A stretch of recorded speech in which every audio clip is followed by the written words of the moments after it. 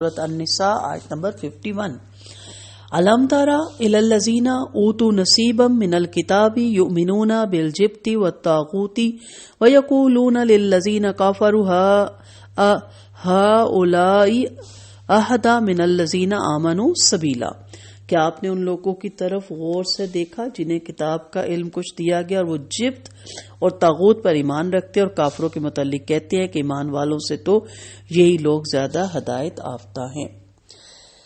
عمر فاروق رضی اللہ عنہ نے فرمایا جبت سے مراد جادو اور طاغوت سے مراد شیطان ہے۔ جوہری نے الصح میں فرمایا جبت کا لفظ بت، کاہن، جادوگر اور اس قسم کی دوسری چیزوں پہ استعمال ہوتا ہے۔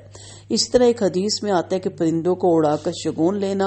اور زمین پر لکیریں کھینچ کر فال گیری کرنا جبت میں شامل ہے۔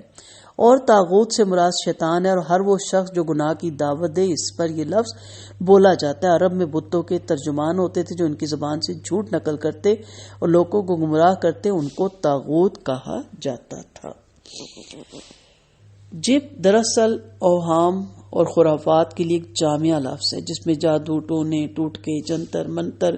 سیاروں کے انسانی زندگی پہ اثرات، فالگیری، گنڈے، نقش، تویز سب شامل، اور طاغوت ہر وہ باطل اور قوت اور نظام جس کی اطاعت کرنے پر لوگ مجبور اور اللہ کی اطاعت کے مقابلے میں انہیں اس فرد، ادارہ یا حکومت کی اطاعت کرنے پر مجبور کیا جائے یا مجبور بنا دیا جائے اور لوگ انہیں احکام الہی کے علل ارغم تسلیم کر لیں۔ یہ گاؤں کے چودھری بھی ہو سکتے ہیں، پیر و مرشد بھی ہو سکتے ہیں، سوشلزم یا جمہوریت کی طرح باطل نظام بھی ہو سکتا ہے، اور فرعون اور نمرود کی طرح سرکت بادشاہ بھی ہو سکتا ہے۔ سمپل کہ ہر وہ سرکش طاقت جو آپ کو دین کے راہ میں چلنے سے رکاوٹ بنے وہ طاغوت ہی ہے۔ اب یہاں کہا گیا کہ یہود کا مشرکوں کو مسلمانوں سے بہتر قرار دینا، یعنی ان یہود اور نصارہ کی اکثریت ایسی ہے جو اوہام اور خرافات اور ٹونے ٹوٹکے کے پیچھے پڑی ہوتی ہے اور اللہ پر ایمان لانے کے بجائے طاغوت کے آگے گھٹنے ٹیک دیتی ہے۔ اپنی ایسی گمراہ حالت کے باوجود دوسرے کافر مشرکین وغیرہ سے یہ کہتے ہیں کہ ان ایمان والوں مسلمانوں سے تو تم ہی اچھے ہو اور ان سے زیادہ ہدایت یافتہ ہو، یعنی خود تو سراسر ضلالت میں ڈوبے ہوئے اور مشرکوں کو بھی مسلمانوں سے زیادہ ہدایت یافتہ ہونے کے سرٹیفکیٹ دے رہے ہیں۔ یاد رہے کہ مشرکین مکہ نے جب بھی مدینہ میں چڑھائی کی تو یہود ہمیشہ قولاً اور عملاً ان کا ساتھ دیتے رہے۔ ایسے ہی کسی موقع پر مشرکوں نے یہودیوں سے پوچھا کہ سچ بتانا کہ مسلمان بہتر ہے یا ہم، تو ان سے پوچھا اس لیے گیا کہ عرب بھر میں یہود کی علمی ساکھ تھی، لیکن یہ بے ایمان محض مشرکوں کو خوش کرنے کی خاطر ایسے ہی جواب دیتے، حالانکہ حقیقت انہیں پوری طرح معلوم تھی کہ شرک اللہ کے ہاں ناقابل معافی جرم ہے اور مسلمان موحد ہونے کی بنا پر